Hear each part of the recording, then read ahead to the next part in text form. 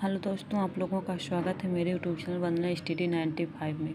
दोस्तों, हम लोग इसके पहले हिस्ट्री ख़त्म कर चुके हैं। आज से हम लोग संविधान का रिवीजन करेंगे पेट एग्जाम के लिए। तो आइए दोस्तों, हम लोग शुरू करते हैं पहला क्वेश्चन।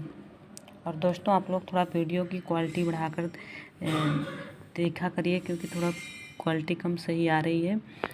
तो आइए दोस्तों, हम लोग शुरू करते हैं। अगर वीडियो पसंद आए तो आप लोग लाइक कर दिया करिए। 1935 के भारत शासन अधिनियम द्वारा स्थापित संघ में अवशिष्ट शक्तियाँ किसको दी गई है? तो गवर्नर जनरल को दी गई है। ऑप्शन नंबर सी सही है। ब्रिटिश शासन के अधीन पारित की संविधान में अखिल भारतीय संघ की स्थापना की बात की गई है।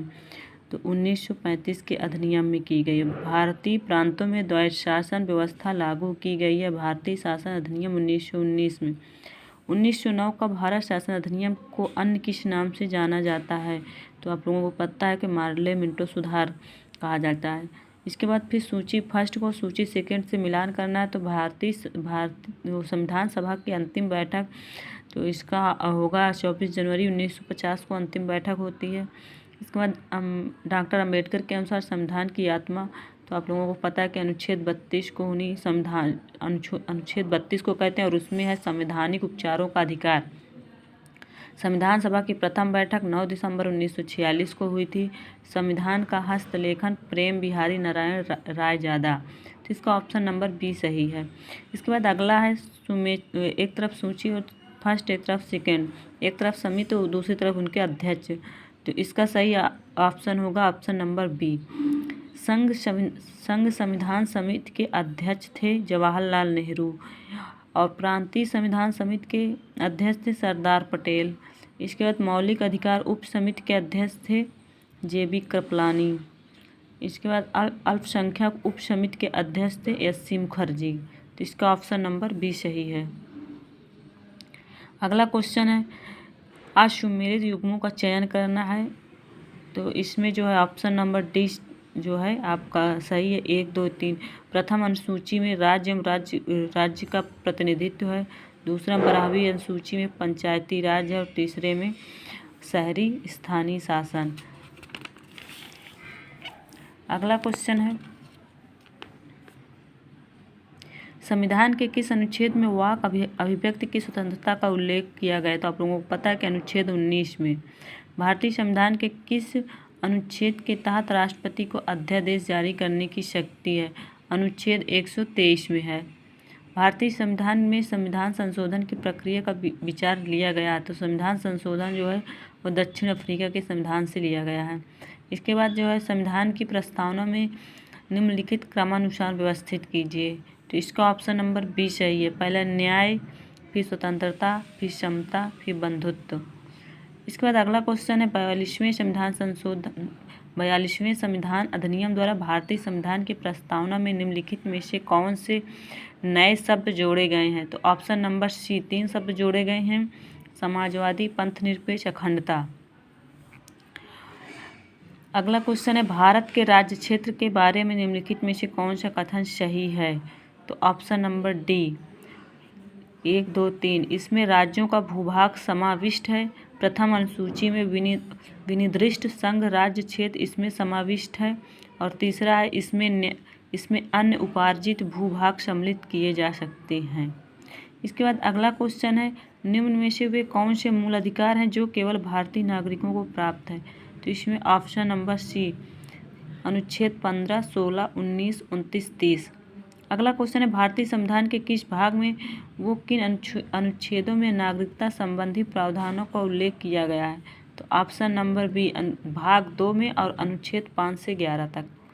इसके बाद अगला क्वेश्चन है, सूची फर्स्ट से सूची सेकंड को मिलान करना है। तो इसका ऑप्शन नंबर ए सही है। समता का अधिकार अनुच्छेद 14 से 18 तक है। स्वतंत्रता का अधिकार 19 से 22 तक है। शोषण के विरुद्ध अधिकार 23 से 24 तक है। धर्म स्वतंत्रता के अधिकार 25 से 28 तक है। अगला क्वेश्चन है, भाषीय आधार पर भारतीय राज्यों को पुनः संरचना एवं गठन किस वर्ष किया गया है? तो आप लोगों को पता है कि 1956 में किया गया है। अगला क्वेश्चन है, मौलिक अधिकारों के रक्षक के रूप में सम्मिलित किया जाता है तो इसका जो है सही आंसर होगा ऑप्शन नंबर डी, 2 और 3, उच्च न्यायालयों को और उच्चतम न्यायालयों को। भारत में राष्ट्रपति द्वारा राज्यसभा में कितने सदस्यों को नामांकित किया गया है? तो 12 सदस्यों को नामांकित किया गया है। अगला क्वेश्चन है, भारतीय संविधान की प्रस्तावना में कितने प्रकार की समानता का उल्लेख किया गया है? 2 प्रकार की समानता का उल्लेख किया गया है। भारतीय संविधान में आपात उपबंधों में उल्लेख संविधान के किस भाग में किया गया है? भाग 18 में किया गया है। आपात उपबंध भाग 18 में है। 42वें संविधान संशोधन अधिनियम 1976 द्वारा भारतीय संविधान के कितने मौलिक कर्तव्यों का उल्लेख किया गया है? 10 मौलिक कर्तव्य है। निम्नलिखित में से किस प्रधानमंत्री के शासनकाल में सार्वभौमिक वयस्क मताधिकार की आयु सीमा 21 वर्ष से घटाकर 18 वर्ष कर दी गई है? राजीव गांधी। अगला क्वेश्चन है, द्वितीय पिछड़ा जाति आयोग से संबंधित निम्नलिखित कथनों पर विचार कीजिए। तो इसका जो है 1979 में बीपी मंडल की अध्यक्षता में द्वितीय पिछड़ा जाति आयोग का गठन किया गया है। इस आयोग को सामाजिक एवं शैक्षणिक रूप से पिछड़े वर्गों की पहचान के लिए मापदंड तय करने व उनका पिछड़ापन दूर करने के उपाय सुझाने का जिम्मेदार दिया गया है। इस आयोग ने अपनी रिपोर्ट में सरकारी नौकरियों में सामाजिक और शैक्षणिक रूप से पिछड़े वर्गों के लिए 27% आरक्षण देने की सिफारिश की है। तो इसका तीनों ऑप्शन सही है। ऑप्शन नंबर डी होगा उपरोक्त सभी। अगला क्वेश्चन है, भारतीय संविधान में निम्नलिखित में से कौन सा मौलिक अधिकार स्वतंत्रता के अधिकार में सम्मिलित है? तो इसका जो है ऑप्शन नंबर डी सही है।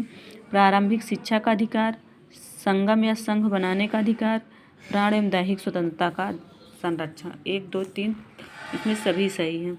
इसके बाद अगला क्वेश्चन है, भारत के किन न्यायाधीश के जनहित याचिका का जनक कहा जाता है? तो PN भगवती को कहा जाता है। संवैधानिक उपचारों का अधिकार के संदर्भ में निम्नलिखित कथनों पर विचार कीजिए। डॉक्टर अंबेडकर ने इस अधिकार को संविधान का हृदय और आत्मा की संज्ञा दी है।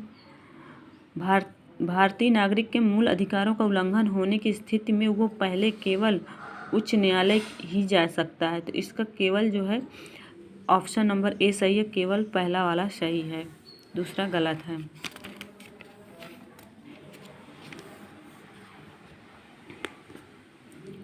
इसमें सम्मिलित करना है सूची फर्स्ट से सेकंड। तो अनुच्छेद 40 में क्या है? तो आप लोगों को पता है कि ग्राम पंचायतों का संगठन है। इसके बाद अनुच्छेद 44 में समान शिविर संहिता है। अनुच्छेद 48 में कृषि एवं पशुपालन संबंधी, अनुच्छेद 49 में राष्ट्रीय स्मारक संबंधी प्रावधान। तो इसका ऑप्शन नंबर बी सही है। अगला क्वेश्चन है, मौलिक कर्तव्यों के संबंध में निम्नलिखित कथनों पर विचार कीजिए। भारत के मूल संविधान में मौलिक कर्तव्यों पर एक पृथक भाग शामिल किया गया था। 6 से 18 वर्ष की आयु के बच्चों को शिक्षा के अवसर उपलब्ध कराने का कर्तव्य 86वें संविधान संशोधन द्वारा जोड़ा गया है। इसमें दोनों ऑप्शन गलत है, ना तो फर्स्ट ना ही सेकेंड। इसके बाद अध्यादेश जारी करने का अधिकार राष्ट्रपति का कौन सा अधिकार है? विधायी अधिकार है। अगला क्वेश्चन है, भारत का राष्ट्रपति अपना त्यागपत्र या तो भारत के उपराष्ट्रपति या फिर भारत के मुख्य न्यायाधीश को सौंप सकते हैं। दूसरा है, राष्ट्रपति पर महाभियोग चलाने का आरोप संसद के किसी भी सदन के 1/3 सदस्यों का हस्ताक्षर होना अनिवार्य है। राष्ट्रपति के चुनाव में भाग लेने वाले सभी सदस्य राष्ट्रपति के महाभियोग की प्रक्रिया में भी शामिल होते हैं। ऑप्शन नंबर इसमें डी से इस उपयुक्त में से कोई नहीं सही है। अगला क्वेश्चन है, केंद्रीय मंत्रिपरिषद के संदर्भ में निम्नलिखित कथनों पर विचार कीजिए। सभी मंत्री व्यक्तिगत रूप से राष्ट्रपति के प्रति उत्तरदायी होते हैं। एक सामूहिक लोकसभा के प्रति उत्तरदायी होते हैं। प्रधानमंत्री के त्यागपत्र या मृत्यु से ये विघटित हो जाता है। तो इसका तीनों सही है, 1, 2, 3। भारत के महान्यायवादी के संदर्भ में निम्नलिखित कथनों पर विचार कीजिए। उसके वहाँ वही योग्यता होनी चाहिए जो उच्च न्यायालय के न्यायाधीश नियुक्त होने के लिए आवश्यक है। अगला क्वेश्चन है, उसे उसी रीति से पद से हटाया जा सकता है जिस रीति से उच्चतम न्यायालय के न्यायाधीश को हटाया जा सकता है। तो इसका ऑप्शन नंबर बी सही है, केवल 2। दूसरा सही है, पहला गलत है। तो आज की क्लास यहीं तक। अगर वीडियो पसंद आए तो please like, comment and share करिएगा।